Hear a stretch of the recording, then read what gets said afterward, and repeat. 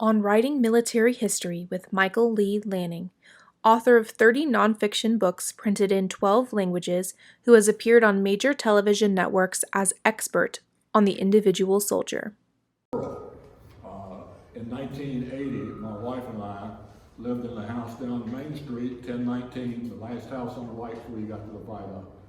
We were the ones that selected the color pattern for it, and we're the first people that started rehabbing it. Before we finished, I got orders for Fort Lewis, Washington, and we set the house behind us and moved on. But we always had a good spot in our heart for Belton, and in the house we lived in a couple of years here on Main. Also, interestingly, one of the attendees tonight, his family lives in the same house that we used to own in Phoenix. So it's a small world that all comes around. I'm very, very happy to be here with y'all tonight, and my pleasure to be speaking with the commission. I think everybody here probably knows that Jackie Robinson broke the color barrier in Major League Baseball. And probably most of you know he went on 10 successful seasons and became a member of the Baseball Hall of Fame. Not too many people know that he actually served in the military, and even fewer know that he was court-martialed while he was in the Army. Now, Jackie Robinson was born in southern Georgia. His father left the family while he was still an infant, so his mother moved Jackie and his brothers to Los Angeles, actually Pasadena, and that's where he grew up.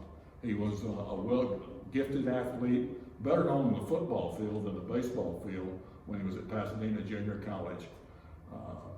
At the beginning of World War II, he was playing professional football in Hawaii and sailed out of Pearl Harbor 2 days before it was bombed by the Japanese. Back in the States, he worked for a while, did some athletic things, and then was drafted. He ended up at Fort Riley, Kansas. He found that with the college background, that he wanted to go to the OCS and be an officer. Well, that was pretty unusual and pretty difficult for a black man in 1942. So with some encouragement, and he got a lot of help from Joe Louis, the boxer, who had been drafted and was a kind of an emissary for the Army, went around and shaking hands. But Joe Louis had a lot of connections and helped get Jackie Robinson to OCS. When Jackie graduated, one of the first things he did was try to integrate the local PX snack bar. He wasn't able to integrate it, but he was able to get a larger separate space for the black soldiers that worked there. Jackie was transferred to Bell County in Fort Hood shortly thereafter, and joined the 761st Tank Regiment. And those of you that know a little bit of World War II history knows that that was the most famed black armor unit in the war. Jackie, though, had some lingering effects from a foot injury that he'd suffered in some of his athletic events, and he was transferred over to McCloskey Hospital, then McCloskey, now the Temple VA Center, for treatment. While he was there, like many soldiers, he kind of missed his buddies, so he decided to take a bus back to Fort Hood and visit with the people back in his regiment. He took the bus.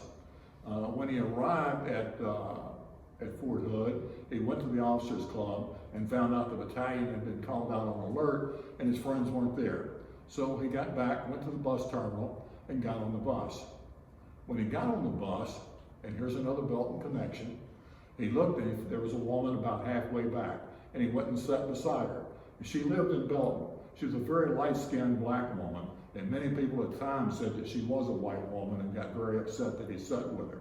But this wasn't really true, and she testified against it later.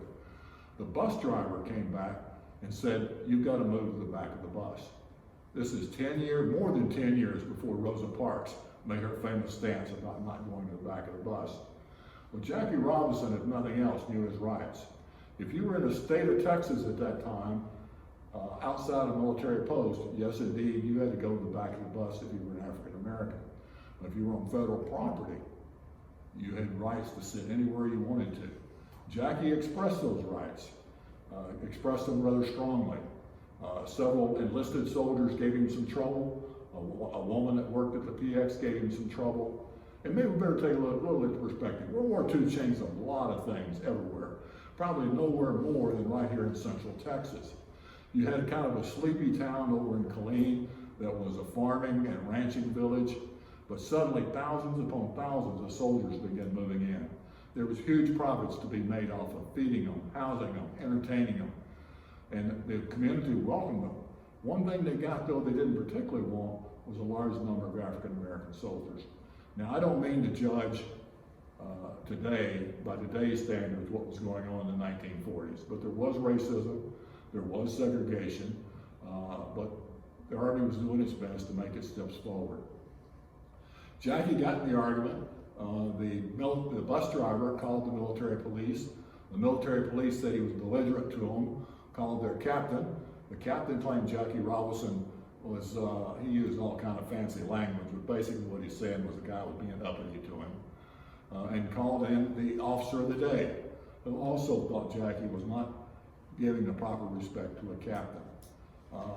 This the sort of thing would settle out pretty quick if it was a white officer and another white officer. But being the black officer, a lot of people, including one woman that worked in the PX, came forward and said, well, I may have to wait on them in the PX, but I don't have to sit on with them on the bus. And all these people gathered, and pretty soon the captain MP said, I'm going to press charges against you for insubordination. Ordinarily, this had been taken care of at the unit level, and why it went forward, why the commanding general of Fort Hood decided to have a general court-martial is pretty undetermined. I think probably there was a lot of pressure from the white side saying, we got to do something about this uppity black guy, and at the same time, they said, well, let it follow normal procedures.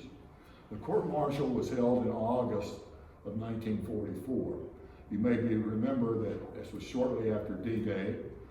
Europe was absolutely in flames. Patton's Third Army was sweeping across the country.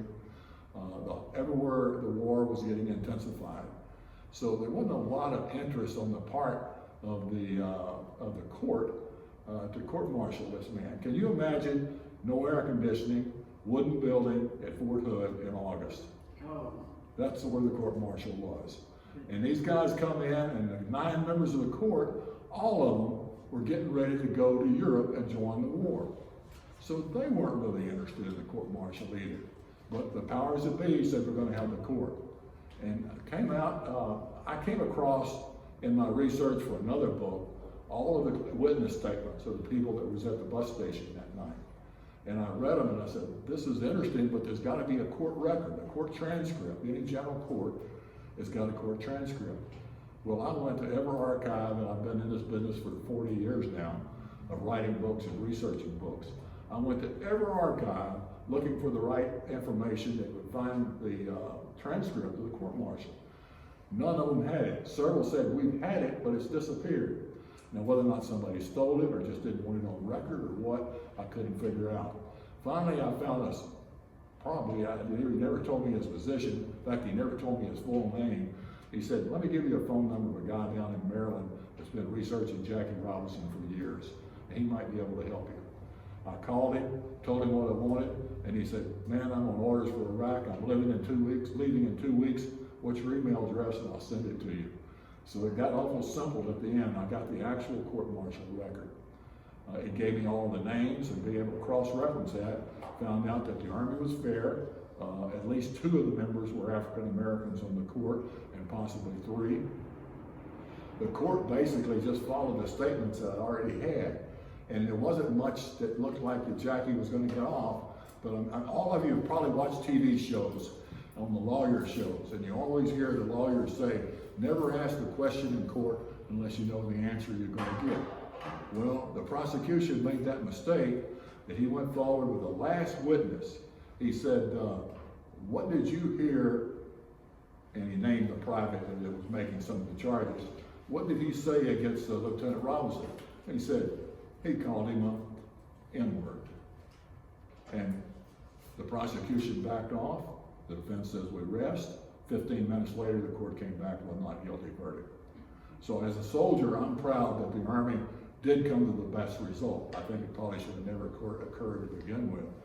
But Robinson, you got to think of the effect. If he had been convicted, you'd never heard of it, because no way was Branch Rickey going to pick him as the first soldier, first African American to break the color barrier. And he already had lots of scouts out, and he already knew who Robinson was. He was impressed that Robinson stood up to court, followed the rules, and won. And that's what Ricky was looking for, also because he was a very good baseball player. Ricky wasn't all that benevolent either. He was not looking really to break the color barrier other than try to get all the money that was going over to the Negro League games to get those people to come to the Major League games. It was successful. Jackie went from Fort Hood, he went back to McCloskey. They determined that his foot was so bad that he had to be discharged. Now, if they determined it hadn't been so bad, he'd have gone back to his unit and gone to Europe. And we may never heard from him because that unit suffered about 60% casualties before the war was over. So between the court-martial #1 and not going to Europe from the war #2, Jackie dodged a couple of bullets that kept him that we would not have ever heard of him. He briefly went down to Austin to Tolleson College, the black college there, and coached, then joined the black Negro leagues, and then Branch Rickey came forward, asked him to come forward and play for a year in the minor leagues, and then called him up to the majors in '46. And from there on, the Jackie Robinson story is part of all of our history and that all of us have heard.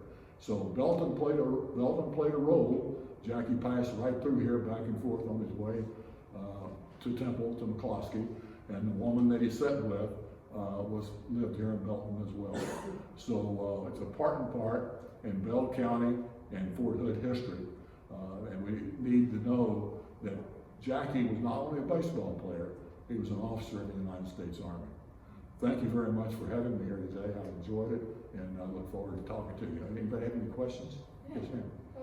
If it was a baseball, how did his foot work? You know, running the bases. You know, that's a good question. Nowhere can I find, and I'm a good researcher, could ever find that evidently his foot got better. I mean, it was some kind of, I don't know whether they had, I didn't find any lengthy time that he was in a cast. But he cut it out of the war. Oh yeah, he stole home more than anybody, I think, in that period of time. He was a tremendous runner. Probably it was not as bad as it was done, and probably it was, we got to remember, this is August 1944, and let me tell you, there was so much going on. People were coming in and out and doing it. That was probably the influence. My father was a World War II vet over in Europe. Always, when I put these things together, I always think somebody's going to ask me that question, and I'm not going to be able to answer it. So you will. Thank you. Any other questions? Did he get married? Oh yes, his wife, he met Rachel in California and dated her off and on and met her. They married. She's 100 years old, lives in Connecticut, and helps visit occasionally the Jackie Robinson Museum in New York City. Also, interestingly, he had a son who went to Vietnam, was an infantry veteran, came back from Vietnam and was killed in a car accident shortly after. Oh. So there's some bad things there too. Was Yes. that his only child? I'm sorry? Was that his only child? No, he has a daughter also that assists the mother. Yes, ma'am. So you mentioned, I think I understood you to say that there was not a great deal of interest in court-martialing him with all the other things going on in the war and that sort of thing. What was the reaction, or what was the awareness in the community here of what was going on? Was there any attention given to that? No, I doubt if anybody outside of Fort Hood and the bus driver and the people on the bus had ever heard of Jackie Robinson. In fact, most people, Jackie Robinson never mentioned even being at Fort Hood and the court-martial until 1972 in one of his books. Because in the Army, if you're court-martialed and found innocent, that's great. But if you're court-martialed, even if you're found innocent, it's kind of a black cloud above your head that stays with you. So no, I don't think so. His fame really came about when he was signed. He played for the Montreal Monarchs, which was a AAA baseball team for a year before he joined the Dodgers. I see. So in spite of the impact that this had on his life, not a lot of people knew about it until much later. No, I don't think so. Interesting. Okay, thank you. Any other questions? Well, I'm sure y'all got some important things to do with your meeting here, so that's what we're doing.